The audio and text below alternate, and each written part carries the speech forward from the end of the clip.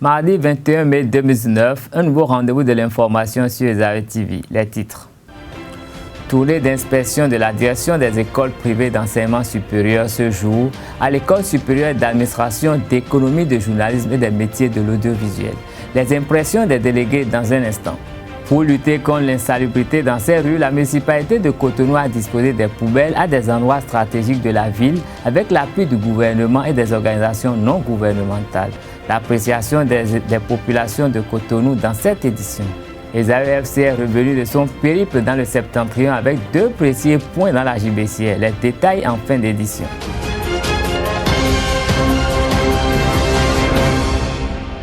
Mesdames et messieurs, bonsoir.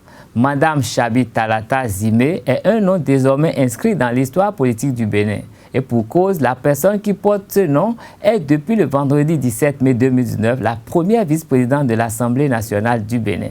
Un poste jamais occupé par une femme depuis l'avènement de la démocratie.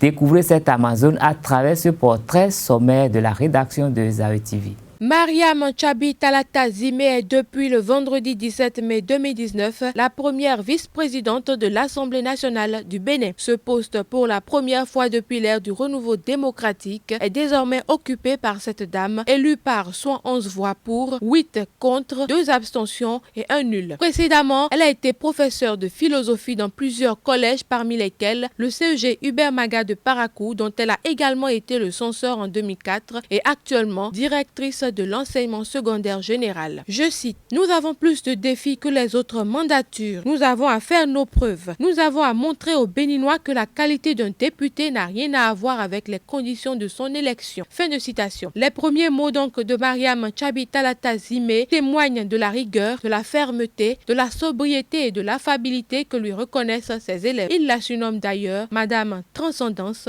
depuis de longues années. Le groupe parlementaire Bloc républicain est né ce lundi 20 mai 2019 au Palais des gouverneurs à Porto-Novo. Chantal Eugénie Aïe, porte-parole du dit groupe, a du haut de la tribune officielle de l'hémicycle déclaré que le groupe parlementaire Bloc républicain s'inscrit dans le registre de la minorité parlementaire. Ce groupe composé de 36 députés est présidé par l'honorable député Jean-Michel Abimbola et vise à travailler désormais pour redorer le blason de la promotion de l'état de droit et du rayonnement de la démocratie béninoise. Aussi, le groupe parlementaire Bloc républicain envisage-t-il d'axer ses actions dans le respect des valeurs économiques, mais aussi des intérêts du peuple béninois, tout en soutenant inlassablement le gouvernement dans toutes les réformes qu'il engage. Le député Marcelin Ahonoukoum préside quant à lui le groupe parlementaire Union progressiste. Les commissions se forment également et le député Benochi Girard vient de prendre la présidence de la commission des finances. Plusieurs délégations de l'EPES sont envoyées depuis le lundi 20 mai par le ministère de l'Enseignement supérieur et de la Recherche scientifique dans les écoles supérieures privées en vue d'une inspection pour vérifier la qualité de l'enseignement dans ces universités privées du Bénin. Dans ce cadre, une équipe a procédé à la vérification du respect des normes d'enseignement à Esaü. Au terme de la visite, cette mission présidée par Mme Sylvie Chacus, maître de conférence des universités du CAMES, a donné ses impressions.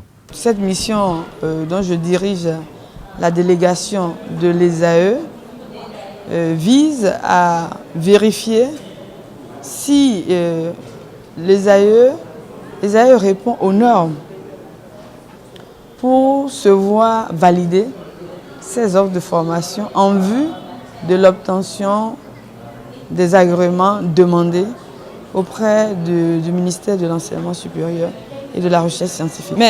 Mais constat, déjà, il faut voir comment les grilles d'évaluation sont élaborées. C'est du travail bien fourni qui permet d'évaluer plusieurs dimensions à prendre en compte dans une offre de formation, dans l'exécution d'une offre de formation, dans le suivi académique à tout point de vue, suivi des étudiants, suivi des enseignants également, les contrôles à différents niveaux. Et je comprends, en tout cas à travers la lecture, moi-même en tant que membre et chef de délégation, toutes les préoccupations de la ministre à voir a assuré vraiment une bonne qualité dans nos universités et son souci à voir les EPS, c'est-à-dire les établissements privés de l'enseignement supérieur, à être au pas. D'ici demain déjà, nous allons transmettre les rapports et donc toutes les équipes devront être prêtes à répondre à l'appel et à faire le feedback pour permettre à l'équipe qui accompagne la ministre, je vais nommer la DPS et la DGES, à pouvoir atteindre leurs objectifs et à avancer. Ce qui est intéressant et particulier dans cette mission, ou je dirais dans ce processus, c'est que en dehors de la mission qui est celle des équipes que nous constituons, comme la délégation que je préside, il y aura à la suite des travaux des équipes que nous constituons, il y aura des missions de contre-expertise pour vérifier. Ce n'est pas que la ministre ne nous fait pas confiance, c'est des personnes qui sont des personnes de confiance sur qui elle peut compter en termes d'éthique et de morale de probité qu'elle a envoyé, qu'elle a cru bon de voir envoyer en mission. Mais il n'y a pas, la confiance n'exclut pas le contrôle, vous le savez bien. Donc cela n'empêche que pour garantir une bonne efficacité de travail, pour limiter les biais, pour ne pas laisser des marges d'erreur d'incertitude, oui, la ministre a cru bon, avec la DPS, de mettre sur pied d'autres équipes qui vont assumer un autre contrôle, ce qu'on appelle la contre-expertise, ce qui va permettre de mieux situer les choses, mieux situer les responsabilités et avoir une idée plus claire sur ce qui se passe réellement sur le terrain dans les EPS, et ça permettra d'évoluer, d'aller plus vite et d'atteindre les objectifs que cette mission, que la ministre de l'Enseignement supérieur et de la Recherche scientifique s'est donnée à assigner. Malgré les multiples campagnes de sensibilisation et de salubrité menées par le gouvernement et les organisations non gouvernementales, la gestion des déchets n'est pas encore totalement maîtrisée. C'est pour remédier à l'insalubrité que des poubelles publiques ont été mises à la disposition des populations depuis un certain temps, surtout dans les grandes villes du Bénin. Cette action vise à rendre les villes propres et empêcher les usagers des voies publiques de Cotonou de continuer à jeter des ordures dans la rue. Quelques usagers apprécient l'initiative. Ils sont au micro de Marcel Fondji et de Jefté Hungé. Les poubelles publiques dans une ville, en général, est une très bonne chose quand il est utilisé par toute la population, parce que ceci permet en un premier temps de garder l'environnement propre, d'éviter d'encombrer nos rues de déchets plastiques et de tout autre genre, afin que l'air soit beaucoup plus respirable et que nos villes soient plus jolies et plus propres. Vite aussi, doit être mon consommation, dont nous me comptons. Bon, mais il est sans de même la cuisine jetée. Bon, nous avons des moments carrés et puis tout le monde bien. Donc, Agostin, j'adore filer du bois où il est pas au loin des boulots high no me bon comment. Bon, toi, les gens le courir, à des barrières si à l'éogie dans la molo courir. Mais là, il y a un wabon ya comme moi. Donc, nous te verrons qu'à nous avons un mot qui corrompt mon bord de l'air qu'on comme on. Nous avons et nous morons. Nous avons des médias et nous avons donc obligé et sur nos baisers nous sommes comme donc nous biora de que nous te bon ya wa consuko nous faisons meilleur nous me dans l'état nous bon zone do comme est ce que bo zone do comme et ainsi dire c'est donc que a fini. Les poubelles dans la ville sont dirigées dans le cadre de l'hygiène et surtout du maintien de la propriété dans la ville. Et donc ces poubelles servent à recueillir les déchets, les ordures, les sachets plastiques, en tout cas tout élément utilisé et déclaré déchet. Ces poubelles sont là pour récupérer ces déchets qui à leur tour sont collectées par de grosses structures pour aller les enfouir dans les centres d'enfouissement technique. En utilisant les poubelles publiques, on n'aura plus à jeter les ordures un peu partout. C'est le fait qu'on accumule les ordures au beau milieu de la voie, tout ça. On pouvait remédier à ça si on utilisait les poubelles publiques. Parce que c'est à peu près insensé, quoi. On ne pouvait pas avoir de poubelles publiques et en même temps encore laisser les poubelles publiques et jeter les ordures ailleurs. En sachant bien que les poubelles publiques pouvaient amener un peu de propriété dans la zone.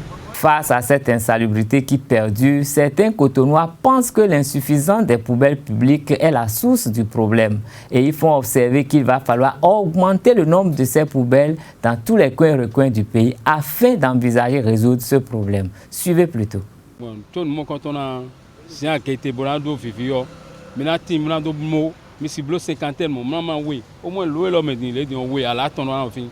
Donnez, vous de harder, mais on est maintenant, mon Zunko, on était à go. Et donc, vous mais bon, et nous, il y a qui conduit comme dit, les fonds, ils conduit comme longtemps, c'est donc, nous, on met des sous-noms, les mi-wagons, mais dans les hokans, ben, à support au gamin. Et dans les halles, les mecs, et finis au dé, oui, des moyens de nous, les cadets, et dans les hokans. Mais là, il y a un wabon ya konwa. Donc, nous te vire kadou noa, nous noa et mon gigoro mon bord de l'air kondo comme on. Naze kondo zunkono me on, et nous moro. Nous te zeko de médion, et n'a comme. Donc, obligé, et sur nos baisers. Nous sommes comme donc nous biodé que nous te bon ya wa konsuko nous fait meilleur nous me dans l'état bon azin do comme est ce que bo zin do comme ya et ainsi dire sin do que a fini mais e mon lo ma pe to lo ba do mina do gbeto o supo gan to lo amai gbeto supo gan to lo yin mina ba inu na ni bo ba inu e no yi wa so fo e amai donc il y a ben lolé il y a ben bon au le posi on to goji il y a ben bon au le posi on to goji il y a modom lo ena jacho ou bien il y a se carrière oui bonanze le ko flen carrière oui bonanze le ko flen carrière oui bonanze le ko flen bon tout le bi donc mina mo sun ko ena de popi ko na de popi compris amo il dit le ko wa do fide tongo poser le ko wa do fide tenge mais des masinga jetagba ne par exemple nyo fidi masinga chepio ata fidi fide nderi boka kunga fide lori don peut-être que na pio ata dapo me gaga na pio ata si raglan dapo me gaga bona yi isedo o lomelo don yeme merci me bono be sa ho mo koton le o eni te pombo se do bondo ilo ino wa mi lo gombo no abe bondo e kale ndo enale ba jeune quartier ton le be na blo eni bole ba ye wa bondo en le wuli bona bondo ni yokpon bondo kwede we na suye yo eni do bono sunu ye bondo e na blobe na yokpon bo fie kpole bi yo bi na yokpon to ho me bi bo to ho me na hunu kumbo mi mo mi na tuno to mi ton le suro nu kon ywe. Le mois de Ramadan est un mois dédié à la purification du corps et de l'esprit. Le jeûneur doit également avoir une bonne alimentation saine et équilibrée pour être en bonne santé. Je vous invite à suivre l'imam Boukari Moutawakilou qui nous renseigne à cet effet. On l'écoute, il est au micro de Anifat Boukari et de Marcel Fondi. Le mois de Ramadan, c'est comme tu as ta voiture. Il a chaque temps que tu fais vidange. Dieu veut nous vidanger de nos péchés, des aliments concentrés dans notre corps, les médicaments désordonnés qu'on a pris. Tout ça là, va s'évaporer. Donc, c'est pour nous vidanger de nos péchés, de nos maladies. D'autres sont malades, des maladies, mais pendant le Ramadan, ça s'en va. Mais la nourriture dont vous parlez, il ne suffit pas parce que je suis en jeûne le matin. Le prophète alayhi salatu wa salam dit, si vous voulez rompre votre jeûne, rompez avec les fruits. Les fruits. Quand tu manques les fruits, alors prends l'eau. Il ne suffit pas que après, quand tu rompes le carême, de manger des nourritures lourdes. Non, très simple. Parce que c'est ça qu'on appelle le jeûne. Et Dieu est grand. Je vous jure, celui qui fait le jeûne, il va s'étonner. Ils vont remplir tout sur la table. Je vous jure, tu as les dates,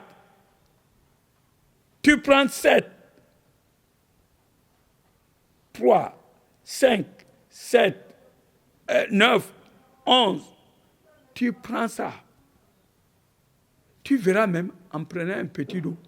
C'est comme tu es rassasié. Tu ne peux même pas manger. Tu entends ce que je dis? Pendant le ramadan, il n'y a pas de gaspillage. L'islam a interdit le gaspillage. Tout ce que les gens mettent sur la table, c'est du gaspillage. Le moment de ramadan même, c'est le moment de l'économie. Et il faut voir encore, mon frère, quand tu finis là, tu t'en vas te reposer pour venir prendre le manger du matin là, un peu, tu es déjà rempli. Il ne suffit pas quand le carême finit, tu finis, manger même et dépasser, ça, c'est un péché dans l'islam. Il faut diviser le corps en 3. Un tiers pour le manger, un tiers pour l'eau et un tiers pour le souffle. Mais quand tu mets à la place de l'eau, le manger, tu as pris un tiers pour le manger et le tiers de l'eau, là, tu augmentes. Voilà pourquoi d'autres, et le souffle, c'est pourquoi quand ça remplit, le souffle n'a pas de place, et tu verras que d'autres ont fini de manger, ils respirent avec force, la sueur coule. On ne mange, c'est haram. Donc, quand on le fait, vous verrez que tu seras en bonne santé. Ici même, c'est le moment, c'est le docteur, le mois de Dieu et le docteur des musulmans en ces temps. Il faut voir. Il ne faut pas t'étonner.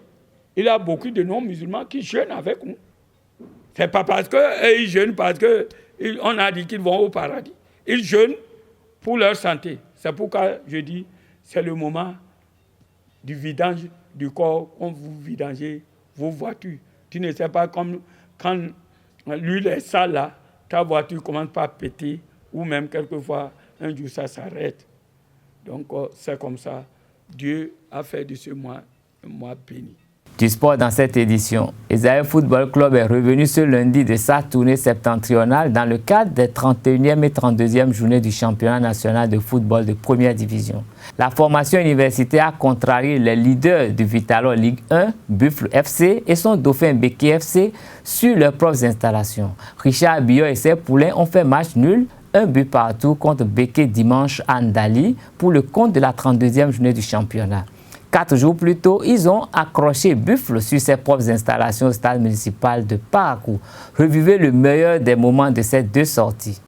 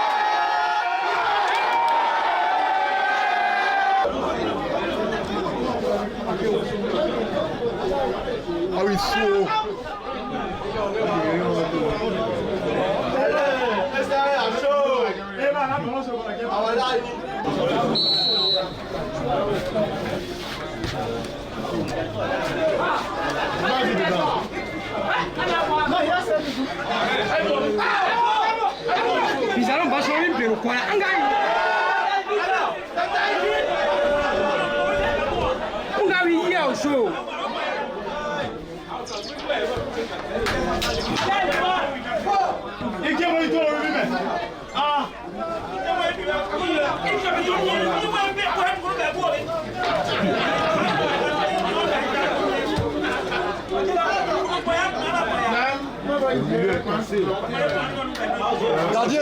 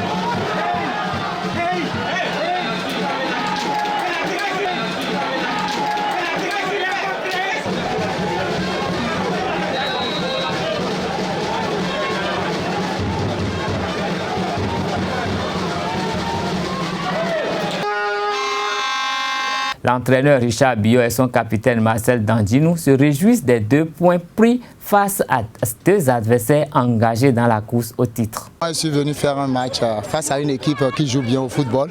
Vous savez, Béké est 2e au classement du championnat, c'est une belle équipe. Donc venir prendre un point ici, ce n'est que satisfaction. J'ai à un moment donné dit à mes joueurs, nous étions menés. Et il ne fallait pas faire autre chose que d'appuyer, que d'attaquer. Et c'est pourquoi vous allez constater le changement que j'ai fait. J'ai fait sortir un milieu de terrain pour un avant-centre. Je lui ai demandé d'appuyer devant et je crois, je ne me suis pas trompé. L'égalisation est arrivée. De belles opérations, oui. C'est vrai qu'on était venu dans l'intention de prendre les 6 points. Mais vu le déplacement et tout, et avec le public adverse, c'est vrai que ça n'a pas été facile. Mais on a réussi à prendre 2 points. Et c'est pas grave, on va continuer à travailler pour que, à Cotonou, nous puissions gagner beaucoup de matchs. C'était un bon résultat parce que ce n'était pas facile de venir prendre 2 points dans le Nord. Surtout que les équipes, nous jouons face à des équipes qui sont en tête du championnat. Donc venir rafler 2 points ici sur 6, ce n'est qu'une satisfaction.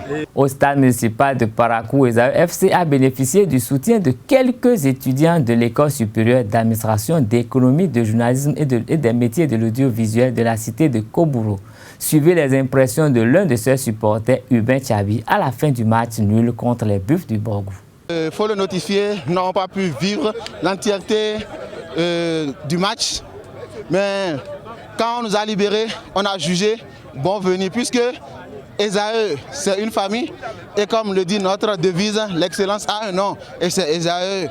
Donc, voulant participer et vivre avec nos frères les joueurs, nous sommes venus les soutenir massivement, leur dire que même étant venus de Cotonou, la famille aussi elle est à Parakou et il faut qu'ils sentent la proximité, il faut qu'ils se sentent chez eux à Parakou. Et comme le disaient certains, on est arrivé, il y a eu le penalty. Esaü a égalisé. Donc c'est une famille. Il fallait que les autres membres de la famille soient là pour que le score puisse revenir au nul Viège. Donc Esaü a quitté Cotonou pour venir remporter le nul à Parakou. C'est une victoire pour nous. Félicitations, vive Esaü et vive la famille. L'excellence a un nom, c'est Esaü. Thibaut, c'est la famille. Et l'excellence a un nom, c'est Esaü.